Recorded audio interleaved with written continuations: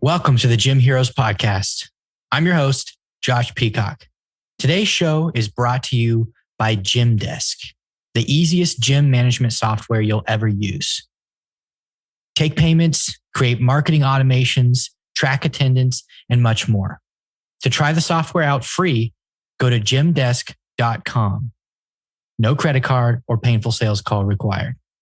Our hero today is Keith Keppner, a boxing coach and founder of the Keppner Boxing franchise. In this episode, Keith reveals to us the secrets to preparing for, launching, and growing a successful commercial boxing gym. Beyond that, we explore how you can balance running a gym that produces serious competitors with serving people who just want a good workout on the bag. Without further ado, Keith Keppner. Well, welcome to the Gym Heroes Podcast. Go ahead and introduce yourself and tell us about your background in boxing and in business. Yeah, so my name is Keith Keppner, and I was born and raised in Athens, Georgia. Spent all my life in Athens, Georgia, except for I was in Mexico for about 2 years where I boxed for a period of time. And my background is that my father is a professional boxing coach as well as a PhD in neuroscience, clinical psychologist. So I grew up with boxing always in the background, but I was never that much into it. Then I got severely sick with Lyme disease that went undiagnosed for about 5 years, had to drop out of high school. And boxing was the field of diamonds in my own backyard for me to help me become the antithesis of what I was, which was about a 125-pound, 5'8", 17-year-old that had horrible carpal tunnel in my wrists and whatnot, and a weakling. And that's why I got attracted to boxing. And that was, my path. And so I got into that.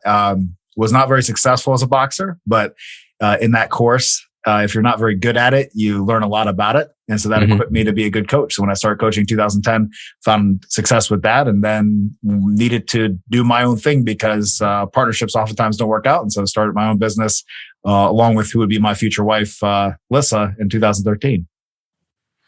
Awesome. Okay. So boxing is kind of a hot trend right now. You're seeing it on YouTube a lot. They got it started, I think, with Logan Paul, and then now you've got that creator clash thing that just happened.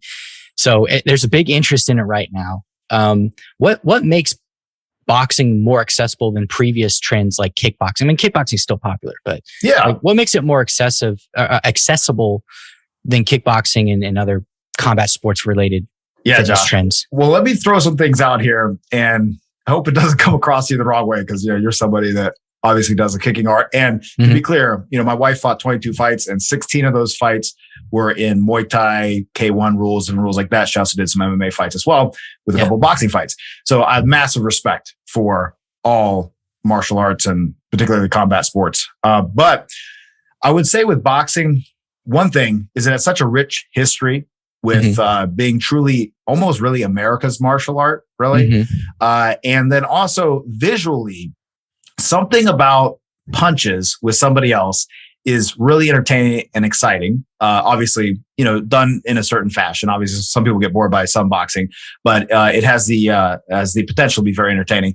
And then there's a kind of a weird awkwardness. It doesn't mean it's not effective, but weird awkwardness as far as visually with kicking sports, even things like as brutal as Muay Thai, where it's just like not as smooth and pretty as boxing. Okay. I mean, it's freaking brutal as hell and amazing, but it's just not as pretty. And and then as far as a participation standpoint it's one thing, right? It's like, how many times can I connect my knuckles to the target areas of your body? And how many times can you do it to me? And that's it. So it's like really simple, really straightforward.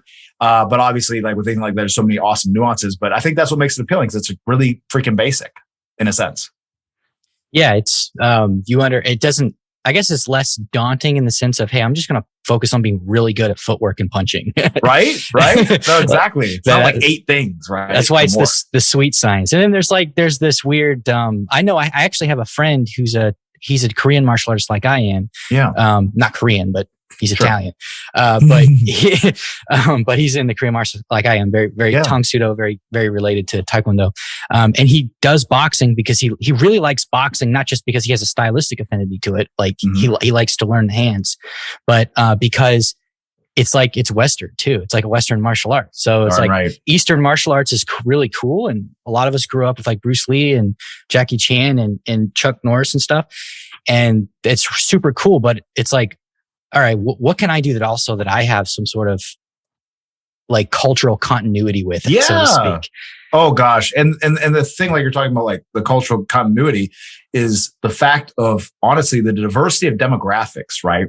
Mm-hmm. It's like George Foreman said, like every race, ethnic group, and creed has shed blood in that ring. You've had back in the 30s, the Jewish fighters, you had the Italian fighters, obviously the blacks and Latins, and just what a wide variety. And now you have the Eastern Europeans, which used to be so unsuccessful, but now as a pros, but now they've become very successful. And then, so it's really an international sport now, but also as an American sport. Also, it's the first professional sport, really, actually, because think about it, Josh, you wouldn't back in the day want to ride for a few days or however many days it would take to get to an event to watch people like hit a ball. Right. So it's the antithesis, obviously, of competition is a combat sport, but boxing in America was the first one with prize money, with a purse. Right. Yeah. So you can actually make a living doing it. You can get, it's like the way Muay Thai is in Thailand now, with kids trying to get out of poverty.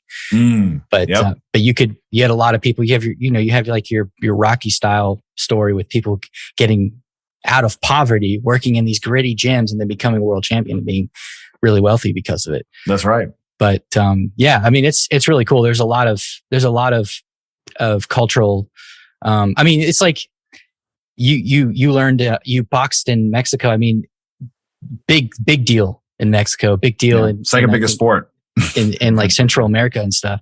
Yeah. And like we even have like ancient Egypt had a boxing style, like a rule set, and of course the Olympics, and it looked different, but still like they wrapped up and went at it. So it's it's very cool.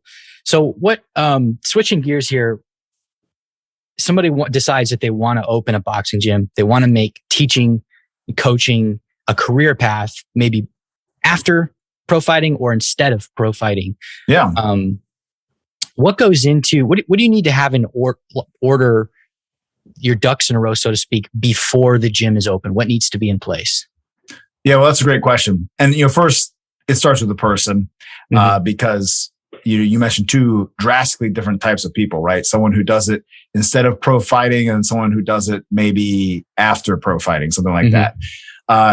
What I've seen, let me talk about the second group of people first, and that's the after pro fighting or after some type of competitive experience, is that what they have to remember or learn is that now their role is completely different. It's no longer all about them, right? Because to be a successful athlete is purely a selfish endeavor. And particularly in boxing, like how I was raised in boxing, it was like, kill or be killed, which is not necessarily the best mindset, even as a martial artist, but it's there a lot and for sometimes large utility. And so when you start your own business and you want to be paid as a coach, obviously now it's not about you, it's about everybody else. But then as well, you have to accept the fact that it doesn't matter at all how much you know about boxing. This is something I experienced when I started my own business, because I was like, well, man, I'm a better coach than all these other coaches. And man, like, so-and-so down the street, he doesn't know crap about boxing, compared to me. And so I'm like, man, why don't people just come to me? Like, why do they even go to him? Like, I felt personally insulted about it. Right. And I know a lot of coaches that feel like that when they're struggling with their business, and most are, unfortunately. But then they need to simply realize that, hey, you're stepping into a whole nother endeavor. All right. It's not just because your service is now boxing. You are now starting a business, and everything is different, and everything you did with boxing is not going to directly correlate. All right. And so mastering marketing, mastering sales, and then mastering administrative, and then leading a team and being able to grow your team. So it's not just an army of one, but it's an army of many. So you actually have a life instead of having handcuffs to your business. Absolutely. Yeah. I hear people say things like, yeah, you have a black belt in jiu-jitsu, but not a black belt in business.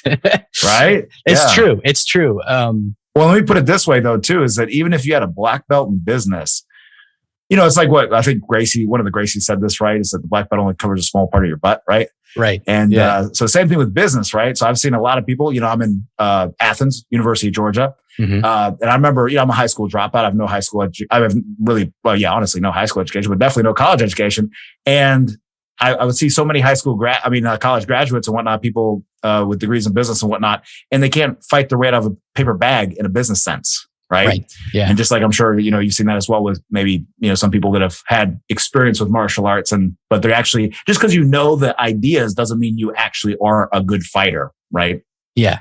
It's absolutely true. I mean, it's, I think that you don't really have, I think it's corny to say things like I have a black belt in business, because like the fundamentals you find in martial arts that are analogous to other things they're just fundamentals. They're not, it's not like everything's martial arts, just everything has a sort of fundamental.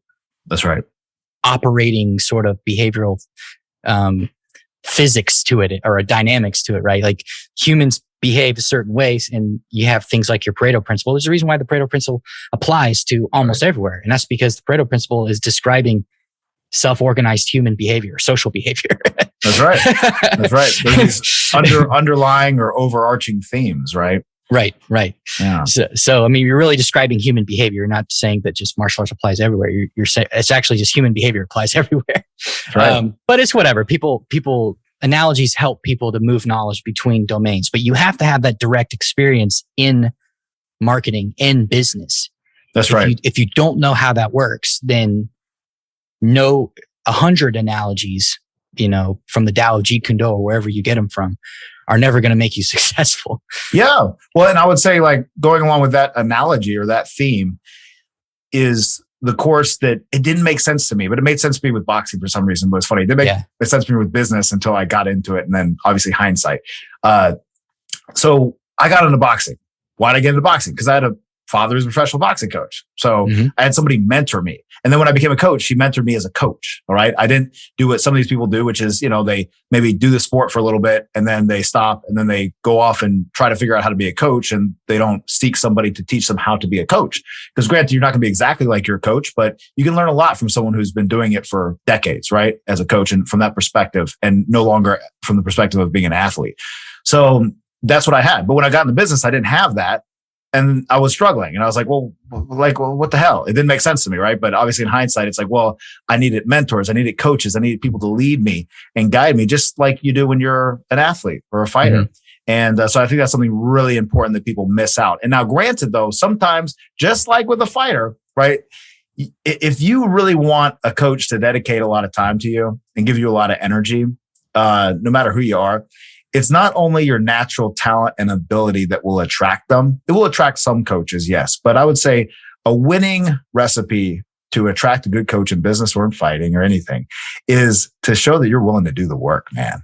And to be doing the work before you come across them. So this has been my experience with my first mentor in business, which was, well, actually my second. My first was my wife, because she managed a gym for about 9 years when I met her. So she helped me tremendously, and she was essential for our growth as a business. But this gentleman that was across the country in San Francisco, he started giving me a lot of tips on marketing. He really was my first, I guess, marketing mentor. And the reason I think he felt attracted to me and to help me out so much is because I wouldn't question what he would tell me to do, right? I would, just like a good fighter, like, okay, coach, what I do this. Okay, gotcha. And I'll do my best to execute.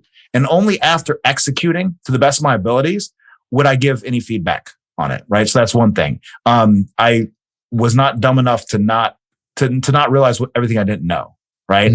And I remember he made a beautiful prediction for me, for my wife and I, back in 2015, because we were in the business, 24/7 period. I coached literally every session, 36 plus a week, and personals on top of that. She was in the facility all the time.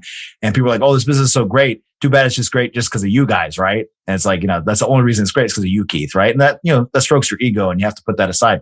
But he said back in those days, he said, you guys will get to the point where literally all you're going to be doing is doing some sales calls for the business, and you'll have all the free time you want to do anything else you want, and you'll be making a great living.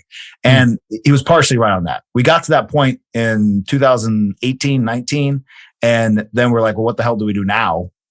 right? And so then we outsourced even doing sales for the location that we own now. We own 2 now, and then got into launching a franchise concept, which obviously that's a whole new business, just like a whole new martial arts. Like, just because I'm a good boxer doesn't mean I can jump into Jeet Kune Do and start doing that, man. I got to start from zero again, right? Right. Absolutely. So what about more of the mundane things? So when somebody wants to open up a gym, let's talk exacts. Yeah. What do they need? What do they need? I mean, that's really important. Don't start a business if you have no business experience or any education, right? Sure. Get your education. So we talked about that. That's probably the most important part. Yeah. What needs to be on somebody's radar in terms of liability, insurance, legal, that sort of stuff?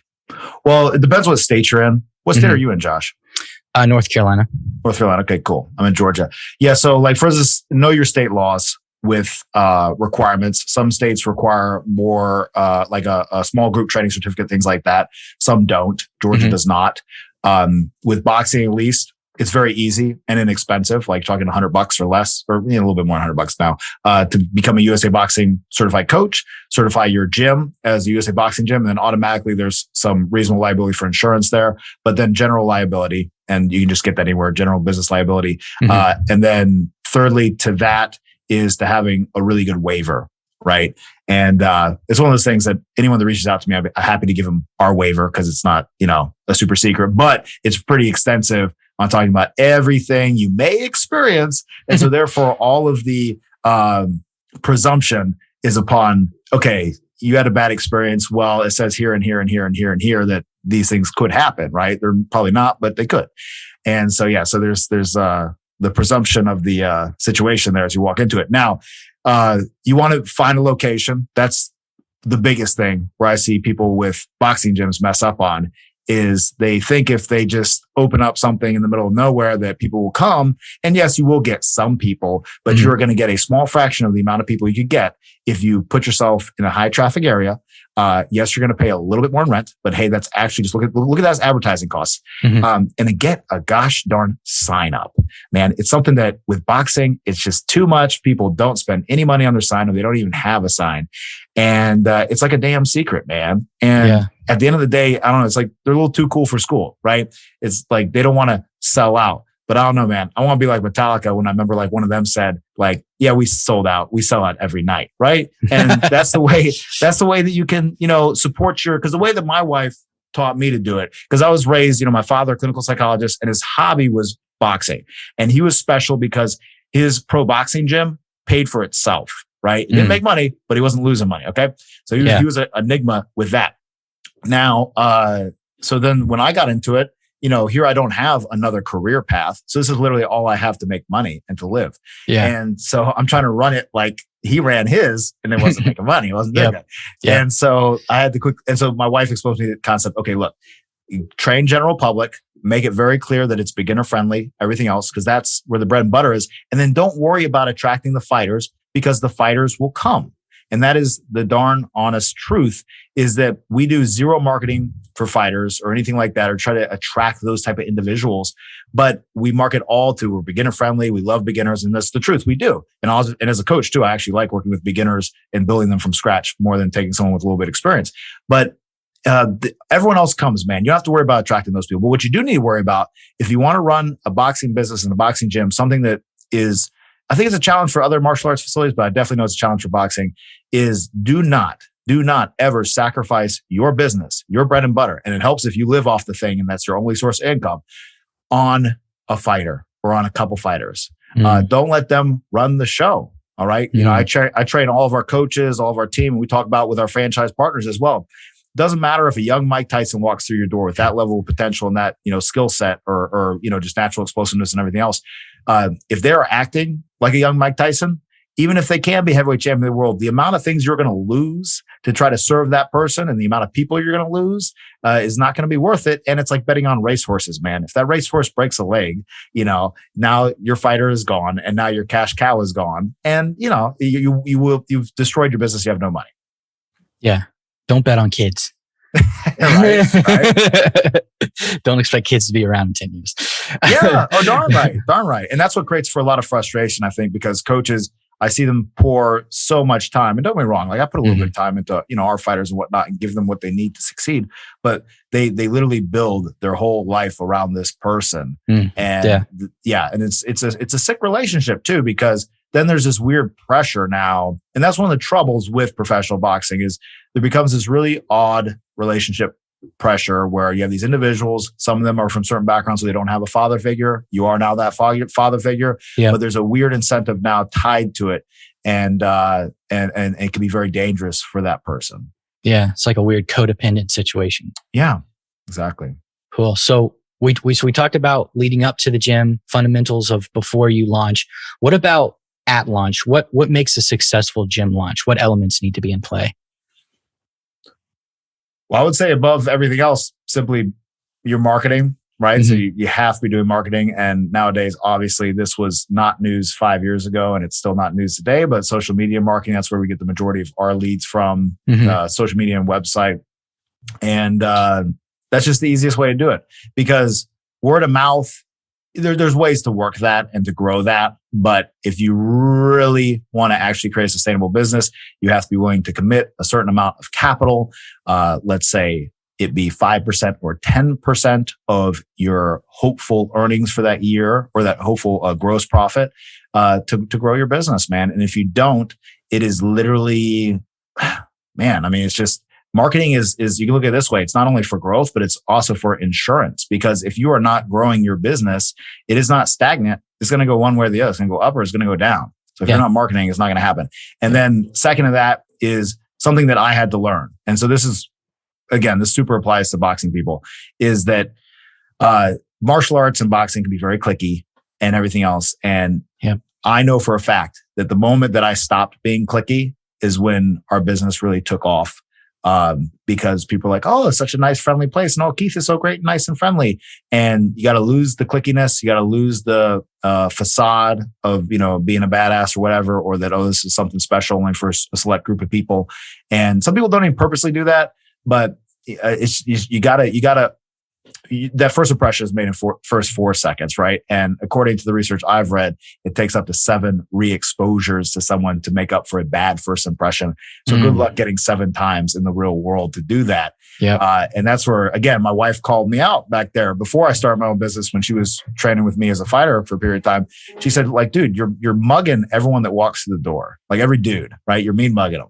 And it's like, yeah, it was because I was worried, I thought maybe they would challenge me. I thought, maybe they would think I'm not a tough guy or whatever, and that type of thing. And then I realized, okay, I just need to actually kill people with kindness. And that's how we train all of our staff and all of our coaches. Yeah. Be welcoming. That's right. Business and kill them with kindness, man. You disarm them, right? Disarm them, right? Because if you try to be all, in a way that articulates insecurity. Yeah, it does, for sure. So what about going beyond the opening and maintaining healthy growth? Seems like we're kind of going into a recession. What do we need to do? I mean, I think the answer is going to be very similar, but what do we need to do to keep membership and growth healthy after a launch? Yeah, I mean, definitely very similar answer. I would say one thing though, this has been my advice for some individuals that I've worked with that own their own one-off models that aren't a part of our system, is that there's many avenues for increasing revenue with your current base, and to do that through legitimate means, not through means that are just unethical and not right to do, and not good for long-term growth. But different things, like we do member appreciation signups where they can prepay again for another membership and get a discount on that. And that can help you increase revenue during down markets, because you already have people that believe in you. Because it's a funny thing to work with, at least I experienced as a business owner, especially when I was in there all the time, is you feel like it's dirty to sell people things, where if it's of actual value and you actually believe in it, it's not dirty. And so, I mean, it was a big mind shift thing for me, especially over the past 4 or 5 years. But the easiest people to sell to are your current member base, because they already believe in you. The hardest people to sell to are new people. But for some reason, like mentally, as someone not very confident in themselves, maybe in sales or whatever, or you have all these like kind of stigmas attached to selling, it's easier to sell people you don't know, if that makes sense, Josh. So it's like, if I don't know you, I can like be okay with coming across wrong perhaps. But if I know you, it's like, oh gosh, I want to preserve our relationship. I don't want to lose trust and everything else and da da da. But it's like, man, and it's all about how you ask for it. Like, let me give you a perfect example. I remember this one great gym owner I know who was asking me how to increase referrals. And I said, hey man, like literally we've tried a few different ways. And literally the best way that we found to do it, that our staff does it, is they say, hey Josh, we're really working at, growing the business and getting more referrals and, impacting more people with this. Hey man, you got anyone you think that might want to come check us out? We'll give them a buddy pass, whatever. So just like straight out, there's no like special, tactic or anything or kind of bait and switch type scenario or, hey, Josh, if you give me this, I'll give you some free stuff. It's like, maybe I'll do that. Like, hey, you want a free shirt, man? If you give us like 5 referrals, that cool? Just like basic stuff like that, but not this whole type of extra construct and pressure people put on themselves with like, okay, well, if I'm going to ask Josh for referrals, I have to make it worth Josh as well. It's like, nah, dude, if I've been serving you well and you like us and, you love it here, man, you're going to want to do that. I mean, if you asked me for referrals, I'd give it to you if I liked you. Yeah. That's a good way to look at it. But if you did want to add a little zest to it, like, hey, we'll take a little bit off your tuition. If you refer somebody and they sign up. Now, let me jump on that real quick, Josh. Yeah. Let me be contrarian, right? Because when I stopped boxing, I strongly considered being a lawyer, but I didn't go that path. And I'm happy I didn't because I like this path a lot more. But I am a little bit of, so it can be a contrarian sometime. Mm-hmm. So one thing with the membership discount that I'm not a big fan of, okay? Mm-hmm. And, to each your own flavor, man. I'm not saying it doesn't work, but I'm just not a fan of it, is articulating to that person that what you're paying is not worth it.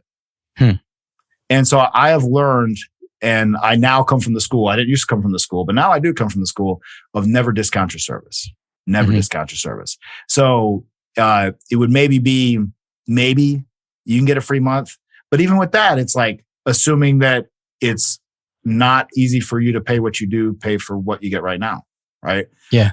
And so that's where it's this thing of, it's just like, so I'll give you a free pair of gloves, man, if you give us like 20 referrals or something, right? Or like a free shirt, something like that, that's separate from the service. Because that's something, by the way, jumping back to before opening, right? Pre-sale. So we've launched quite a few locations and we've had, membership signups, be in the 50 plus members upon opening. And obviously that's, it could be way better than that. But regardless, so many people start a business, they don't pre-sell anything for memberships. And then they're, they build it and they hope things will come. And they don't realize that Kevin Costner in that movie is a liar, right? And so the thing is with that, for instance, we have tried like pre-sales where you get a discount of the membership for those founders. But man, at the end of the day, it's like, nah, you need to work out the deal in another way. So therefore, because let me tell you from an admin side, man, from an administrative side, this is something my wife hated about her previous gym that she managed for a long time, is they had like 300, 400 members and they were like, everyone felt like it was paid a different rate. So someone's like, oh, I want to renew. And she's like, okay, hold on. Let me go through and look through all these things. And, oh, you're paying, this random amount, and, oh, you're paying, $2 more than that person. And, oh yeah, we put you. And so it's just like a complete nightmare versus this type of like uniform, bam, bam, bam. And the way that we frame it to people as well, just a little bit on the sales side of how we sell memberships and things like that is fairness, right? So let's say like right now I'm trying to, you tried a session with us and working on helping you sign up and you're saying, oh man, well, can I do the year rate, but can I do that month to month? And I'm like, Josh, like I completely hear where you're coming from, man, but it's honestly not fair to everyone else that committed to a whole year to get that reduced pay, right? So that just wouldn't be fair to do to those other people. Make sense? And so that's, how you frame it to people versus being like, oh man, well, oh, well, I guess so. And it's like, that's the darn truth, man, because if you have a bunch of members that are paying, they committed to a year and they're paying less, it is not fair to them for me to sign somebody up to pay as much as they do. And they'll only commit for a month, right? It's not cool. Yeah. That makes a lot of sense. I know that a lot of people do that. When I ran a Taekwondo school for a while, so I didn't discount my services. When somebody did a referral, my referral program was you and the person you referred got something if they signed up. Nice. So I would, I think one of them was like you both got like this special uniform. Nice. That looked really sick. Like it was really cool. Like I I like lost money on it, but I just thought it was cool. So it was, so like, yeah, I guess they got this cool uniform with like all this embroidery and stuff on it. And it just looked super, super cool. Or like free pair of nunchucks or something like that. Yeah. That's a way you can do it without doing the tuition, lowering thing, the percentage off. And I like the win-win thing too, because also going back to the downside of discounting sometimes, or of like you're saying, not having both people seemingly win. So it's like, like the way we typically do is like the only people that win are just your buddy because they signed up, and you win because now you have your buddy, right? Like there's no other incentives. But the second you kind of go up to someone and you're like, hey dude, like, you want me to like pay you money so you can give me somebody? There's like this weird feel now that feels like a monetization of our relationship versus like, just like, hey dude, like we want to grow what we're doing. You love it here, right? Yeah, cool. Like you got any buddies you want to train with, cause we love to have them here. We'll give them like a, free 3 days or whatever. Cool. Awesome. Or like you're saying, you win and your buddy wins. Like, let's do that. So yeah, that's a good way to do it. Yeah. Yeah. I think that's a good way to like, you probably, and you actually probably spend less money on it as long as you're not buying like an expensive uniform. It's like a pair of nunchucks is like $2 from Century or whatever. It's a darn good wholesale. Point. Yeah. And that's one thing too, as a business owner. And I would recommend people not doing this initially because I guess like when I first started, at least, I don't know, the type of guy I am, starting from scratch with no business experience, I was very susceptible to getting too much information, right? And then with too much information, just doing nothing, right? And so things, as you go through your journey of owning a business, if you're doing it by yourself and not with a franchise, because with a franchise, it's all, laid out for you and everything else. And you have coaches and support with that. But if you're just doing it yourself, I recommend not knowing your cost of acquisition if you are not business savvy, and focusing on just, am I marketing through standard means, which is Instagram and Facebook, and have a website. And with those leads that are coming through, am I going after those enough? Which means you are calling and texting them at least for the first 3 days, at least once a day, but really ideally twice a day. And then are you providing a reasonably good service, right? Making sure that's on point. And then when someone comes and tries your service, right? Recommend giving them the ability to try it one time for free. They come in, they try it one time for free. Are you making an effort to actually sell them at the end? And that's where I know people that are not from a sales background, they're like, oh God, sell people at the end. Oh, high pressure. That sucks. I don't want to do that. And it's like, well, no, just simply come at it from the way of a coach. And that's actually something that's beautiful about how we train our coaches to close personal training in small group. Is it's like, if they were training you in a session, it's like, hey, Josh, it was great work with you. When do you want to do this again? And you start the conversation like that. Oh, well, this time worked for me. Awesome. Did you have an idea what option you want to sign up for? No, I don't. Cool. Awesome. Let's go through it. This is the most budget friendly option. Go for that one. And that's actually the highest ticket one, but it's the most budget friendly because it's the less per session cost, right? Because you're buying in bulk. And then, oh, you don't have that much. Cool. Awesome. We'll do like the 5-pack. We'll do, 1-pack, one off, And yeah, so doing like that. But remembering that if I come to your studio, right, or someone knows the boxing gym, I'll come to your boxing gym, man, and I take a session, and afterwards you're like, hey, Keith, awesome, great work, later, see ya. Then I feel there's kind of this feeling of like, well, do they even want me here? Like, do they like me, right? but if they do it in a sincere way of like, hey, man, like, awesome work, when are you gonna be back in? And they find out what my goals are beforehand, everything else. That's service, man. Service, it's selling in the right way is service.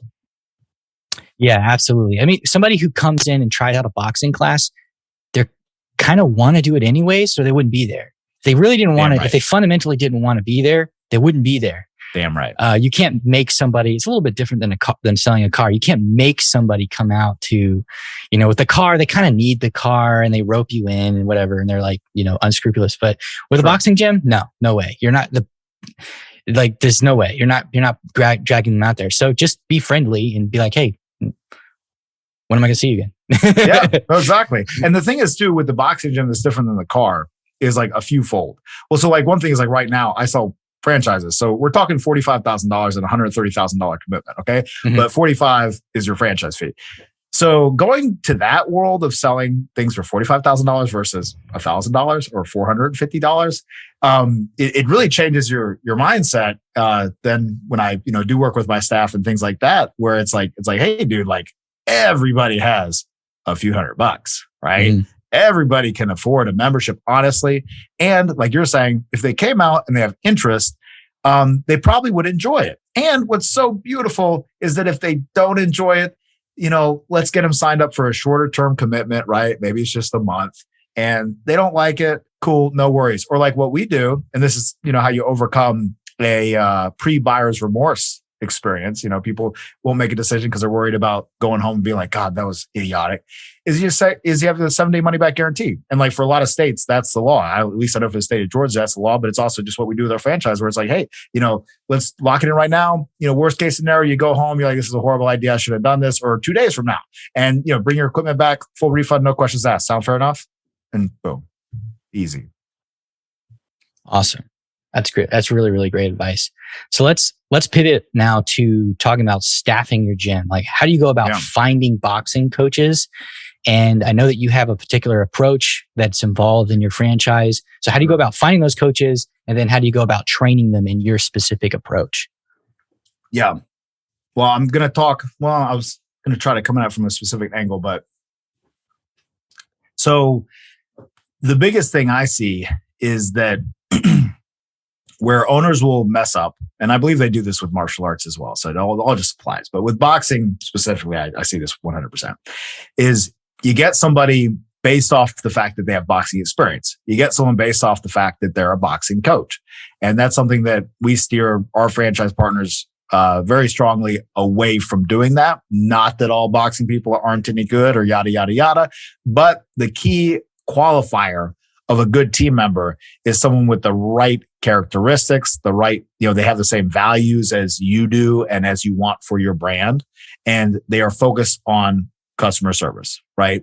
And putting other people, frankly, above themselves, because that's what a great coach does. And I've seen so many coaches with less experience, less ability, really, in terms of technically, become far better coaches in a business sense, but also for an athlete sense and for a client sense, because they came at it with the right perspective. They were the right types of people, right? They really cared about other people versus really liking contact sports or really being a fan of boxing or whatever, right? Mm-hmm. So some people that we have found to be great fits are school teachers, people like that they already know how to work with people that are of different levels and things like that, and not be overly judgmental, and also have a growth mindset with people, right? Because so many of us, we maybe go through high school or whatever, and we have a high school coach, and some of them are great, but some of them are just horrible, and they're just horrible role models as coaches. And then when we become a coach, we think, okay, that's how we're supposed to be. We're supposed to be like that high school coach. But it's like, dude, that high school coach, nobody was paying that guy for anything. The school paid that dude to work. And, did you like going to gym or whatever? No, not really. Okay, well, yeah. So let's not mimic that, right? And so that's something I saw early on bringing on coaches is, people kind of mimicking coaches they've had in the past, which maybe weren't good coaches. So obviously as the owner, you need to model the behavior. And one way that I teach it is that for owners and managers is that do your best to make sure every single action you make and every single thing you say could be repeated for the next 10 years by all your people. Because if you act with that type of mindfulness, you're going to have good results. And if you don't, it's what I've seen happen where, the owner or the leader feels it's a time to relax. So they say something goofy or funny. And then it creates this whole pathway for everyone to think they can kind of dick off and say a bunch of crazy stuff or act in a certain way from time to time. And then they misjudge when that time is. And now you've just created a whole vicious cycle. But yeah, so hiring coaches with, I would say, the right intentionality, the right characteristics, professionalism. We do a short interview with references, right? So everyone's required to provide references. And the gold question, the super gold question to ask references is, if you knew everything you knew now about this person, would you hire them again? Right? And you can legally ask that question in any state in the United States. And if the person says absolutely, then that's probably a good fit. And if they say I might not, or they do anything else other than that, don't hire them. And the one time I I had someone say that. It was like literally actually the one time I had someone say that. I didn't listen to that person because I actually knew that person, that manager. It was of another fitness concept. And I honestly didn't respect that person. And whether or not I even respect that person now as a manager, they were so right. Because I brought that person on anyway. And within 3 months, it was a disaster. And thank God they were like leaving anyway when I was about to fire them. So, so that's the biggest thing. And then when you do bring on these people that do have a little bit lesser experience, ensuring you have some type of onboarding process of helping them understand, and you don't have to really think about this too hard, but just, your values as a business, and things like that. And then running them through some type of basic prerequisite for boxing. The easiest and best things to do, I would say, going from like a few years ago when we really started systematizing things out, is to have all of your sessions and all of your curriculums written out and start off by doing that for yourself. And then as you start to onboard staff and coaches, then you are able to pass that on to them. You've drawn out the things and the way they're supposed to be done. But that's one thing with like my experience is that if I wouldn't have spent so many hours, weeks and years in the gym, coaching, running these sessions, figuring out how to best do them and everything else, it would be very hard for me to have other people do that. So I think it's very important for business owners, at really almost any level, to have that real, have your finger on the pulse and have real experience with what everything is, including marketing, because it's so easy to get fleeced by a marketing company. And yeah, right. And there's just like everyone and your mom can be a marketing company.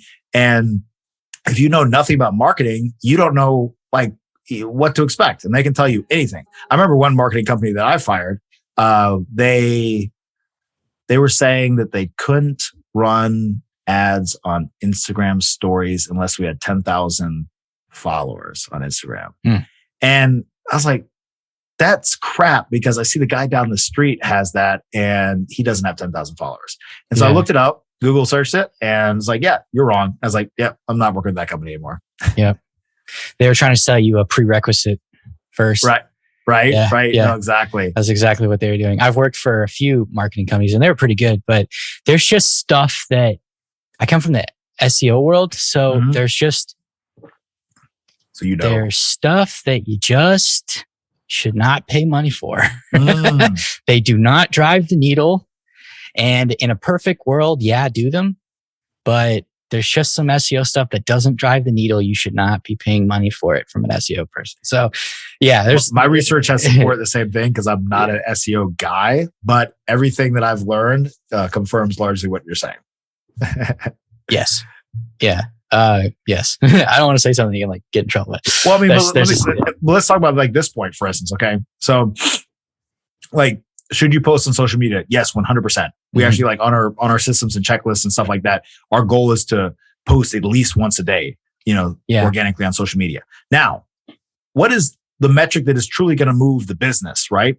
Is it going to be our social media posts? And no matter how good we, hashtag them and them, no matter how good we do that, it barely holds a candle to direct response marketing. Yes. Right. I was exactly going to say that. You need to run a direct response ad. Organic. Yeah. Don't pay $500 for organic posts. Get a teenager to do it. Yeah. And so, you see so many business owners, they waste money on boosting their posts and doing all this other stuff. And there's no direct response in there. And nowadays it's so darn easy to do this, right? It's not like how it used to be way before I even started business. And so, it's like that moves the needle, because you can literally see if it's actually doing anything. Because I mean, I've contrived posts and creatives, ad creatives together, stuff like that. And I've been like, man, this is so amazing. This is so cool, man. This is going to really make people want to experience us. And when you do it direct response style, you can see how it's doing, and it like freaking flops. And then like some crap you paste together that looks like garbage. Actually, it's funny. One of our franchise ads, it was our highest performing franchise ad. It was actually the only ad creative that actually generated leads. And we actually had franchise partners come off of that ad.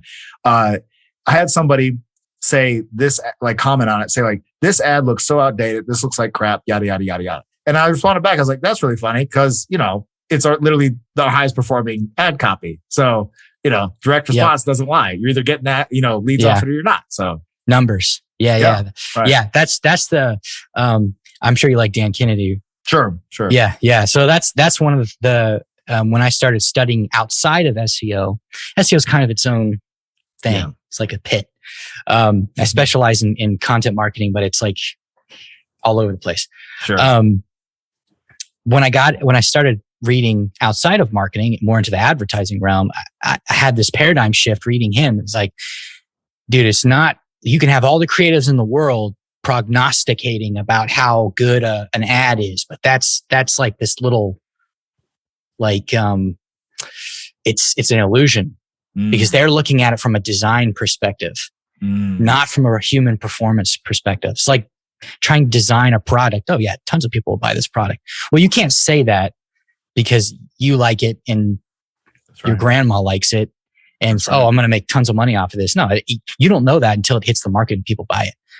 So you have to validate with real market behavior. And what you say as well, what you've seen with some industry leaders, maybe not so much with fitness, but just in general, though, these huge advertising firms with these gigantic companies, largely what I see, it becomes about them winning advertising awards versus driving results, right? Yep. Because, like we all know, man. So my father also, he taught inferential statistics. So I'm not real versed in statistics, but I have at least a layman's understanding of it and awareness of it. So, think about it. You have this, huge company, which is driving so much in sales. And then you have a marketing company that they pay so much money to.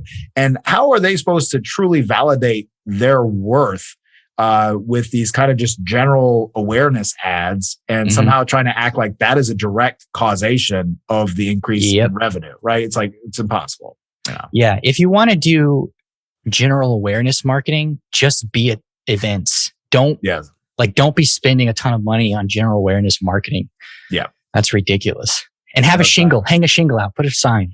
Well, and you know what I've noticed too, man, again, just doubling down on like with social media, with the direct response style marketing, like lead form, stuff like that, is that you actually create, when you spend enough in advertising. So like, give everyone an example, some hard numbers, like our location, we spend $60 a day just on Instagram and Facebook alone. When you're spending that much on, it's also creating that awareness too, right? So even if people don't click the ad, they still see it, they still think about it. And we actually kind of notice a correlation on website visits when our social media marketing's up. And like our social media marketing doesn't lead to our website, it's its own funnel. And so it's like, when this goes up, website visits go up and Google searches go up when our social media marketing goes up, but they're not actually connected. Well, why? Because it's awareness, right? Yeah. I think that our guy, Dr. Cialdini, calls that priming. Yes. Oh, exactly. Yeah. Exactly. Precisely. And you see the priming effect in search marketing too, because if you run search ads on Google, you see more organic visits. And this is from data that I saw personally. This is not something I read. This is data I saw personally working agency side with multiple websites. If there was a correlation between the web pages that showed up on a Google search ad and the web pages that were subsequently clicked organically. So it does help your organic clicks. I've seen the same thing. My sample size wasn't as large as yours, but yes, I've seen the same exact thing. Yeah. Wow. Yep. Yeah, dude, this is a lot of like really good information for a free podcast. Hey man. Well, real quick. So my intention, and for, folks listening, man, I was thinking about it earlier, Josh. I was like, man, my intention, I just thought about it because like, man, I consume so much information, right? And yes, I've had some great mentors along the way, but a lot of what I've learned, same thing, like sounds like with yourself, is self-taught stuff through reading and everything else. And man, people talk so much about these conceptual things, but then it's like, dude, I got to the point after a couple of years, like, just give me exact steps. Like, what the hell do I need to do exactly? Like, don't tell me about the idea or this, that, and the other thing that sounds cool and sexy. Like, dude, just tell me like what's step 1, 2, and 3. That's all I need to know. Like, just tell me. Yeah. Just tell me what works. I can figure out some of the other stuff later when I have room to breathe. Right. I can start, trying to work with theory. But absolutely. My last question to you is, true blue coaches, they're going to want to produce fighters. How do you manage having a successful business that's accessible to most people and also being able to to have legitimate fighters produced out of your gym? How do you structure your business That's a great question. To do that? So, and I have helped other boxing gyms that are not, Keppner Boxings do this. You have to make a clear line of distinction between your we call it contact. So your, fitness boxing and contact type sessions. All right. That's number one.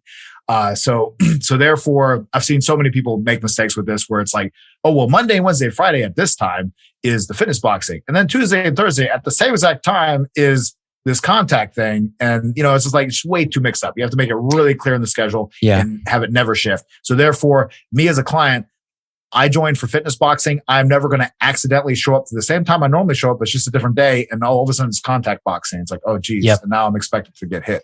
So that's one thing. And then the separate thing as well with that is I would say almost to have 3 tiers is you have your fitness boxing, you have your contact boxing, which is beginner friendly, but it does teach the real martial arts, and you actually do drills with other people in a controlled fashion that you can, titrate and build people up. And then third is when you do have your competitors, you have to instill a credo in them with, hey, look, like you are here to help other people grow as well as grow yourself. We're going to give you some special time alone, but that is a privilege. That's not an expectation. That is a privilege because you've been putting the work in yourself, right? One great champion, Marvin Hagler, the Petronelli brothers that coached him, they said every boy that came through the gym, they would tell them the same thing. They would say, hey, every kid is like, I want to be a fighter. Okay, cool. Well, you're not going to be able to stay up late. You're not going to be able to go out and drink. You're not going to be able to hang out with girls, yada, yada, yada, yada, yada. And it's going to be horrible and suffering, everything else. It's going to be, years until you get any type of payoff. And they said he was the only kid that was like, okay, I'll do it. And that's what he turned into. And so instilling that in your fighters as well, where it's like, hey, look, like, it's a privilege. It's a privilege to fight. It's not a guarantee. I've had a lot of people in our contact program that like, oh, they want to fight, but they're not putting the work in to fight. And I am not so hungry for fighters that I'm like, oh yeah, I'll let that person fight even though they're not ready for it. So they understand it's a privilege, and they understand that how they conduct themselves in our facilities is, going to determine that as well. If they're, not being respectful to other people and not helping other team members out, then it's no bueno. They don't belong with us. And so really almost like 3 tiers, general kind of fitness concept, which you are going to be making a lot of money that way and obviously impacting people from more of a health perspective.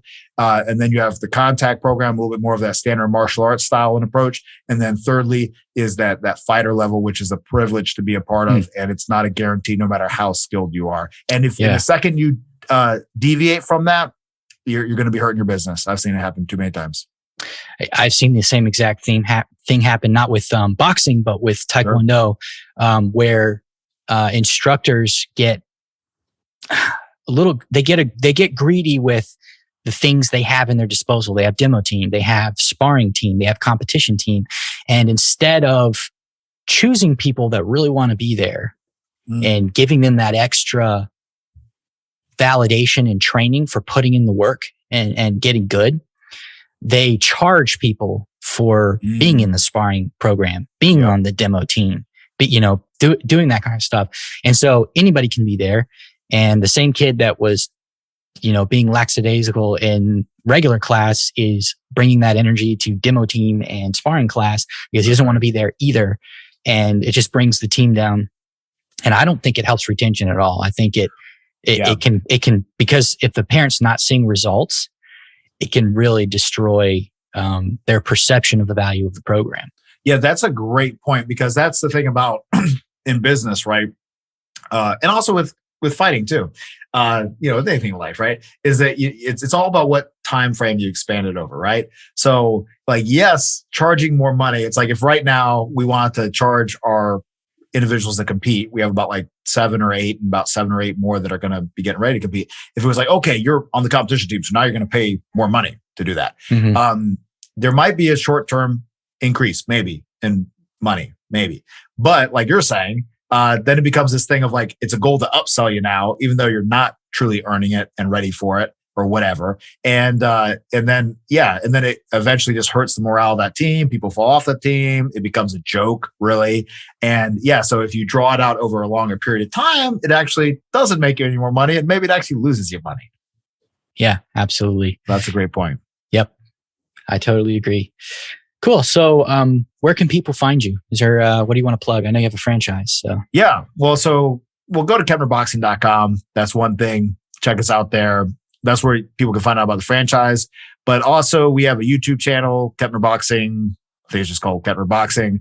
We got about maybe a little bit over 3,000 subscribers. So check that out. A lot of good tips and things like that. I do some fight studies there as far as instructional stuff. And then I'm pretty active on LinkedIn.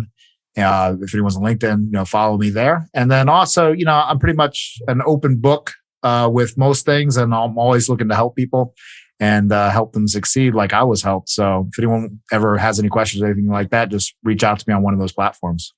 Awesome. Thank you for coming on. Yeah, man. Appreciate it, Josh.